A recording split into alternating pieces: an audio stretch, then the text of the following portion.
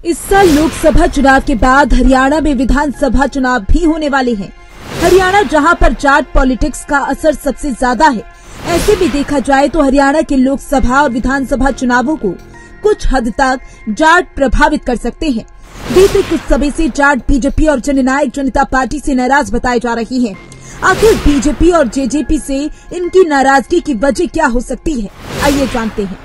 दरअसल किसानों का विरोध प्रदर्शन और उस पर केंद्र सरकार ने जैसे प्रतिक्रिया दी, उसने किसानों को निराश कर दिया। इस कारण हरियाणा में किसान बीजेपी और जननायक जनता पार्टी से उखड़े हैं।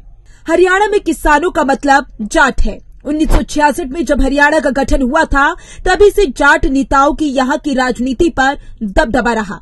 हालांकि राज्य की आबादी में इस समुदाय की हिस्सेदारी 1/3 से भी कम है। हरियाणा की आबादी में जाटों की आबादी लगभग 26 से 28% है। फिर भी वो सबसे प्रभावशाली बने हुए हैं। बीजेपी और जेजेपी दोनों ही पार्टियों के नेताओं को अब किसानों के विरोध का सामना करना पड़ रहा है। सोनीपत में दैया खाप में आने वाले 24 गांव ने पार्टी का बहिष्कार कर दिया। सिरसा में भी इसी तरह का बहिष्कार हुआ। फतेहाबाद में बीजेपी उम्मीदवार डॉक्टर अशोक तंवर की रैलियों में प्रदर्शनकारियों ने काले झंडे दिखाए। 5 अप्रैल को पूर्व डिप्टी सीएम दुष्यंत चौटाला को जाटों के गढ़ हिसार के नारा गांव में आने से रोक दिया गया था।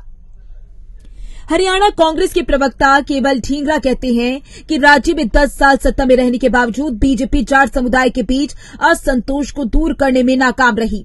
उन्होंने आरोप लगाया कि बीजेपी अपने खुद के जाट नेताओं को संतुष्ट करने में भी विफल रही।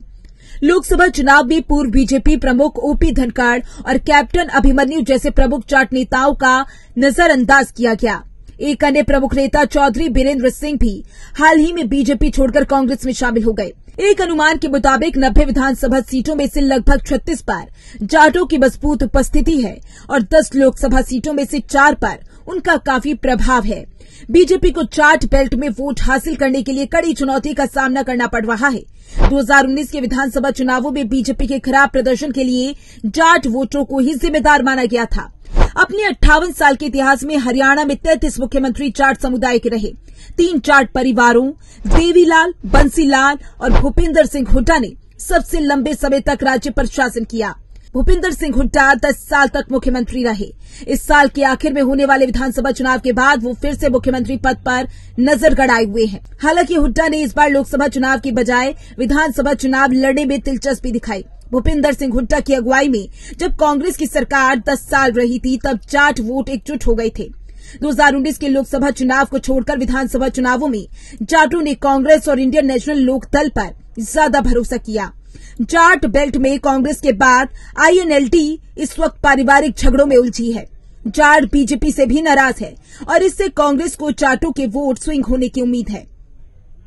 कांग्रेस से भूपिंदर सिंह हुड्डा, रणदीप सिंह सुरजेवाला और चौधरी बीरेंद्र सिंह जैसे जाट नेताओं का दबदबा है। लोकसभा चुनावों के बाद विधानसभा चुनावों में जाट वोटों के कांग्रेस, आईएनएलडी और जेजेपी में बंटने की संभावना है।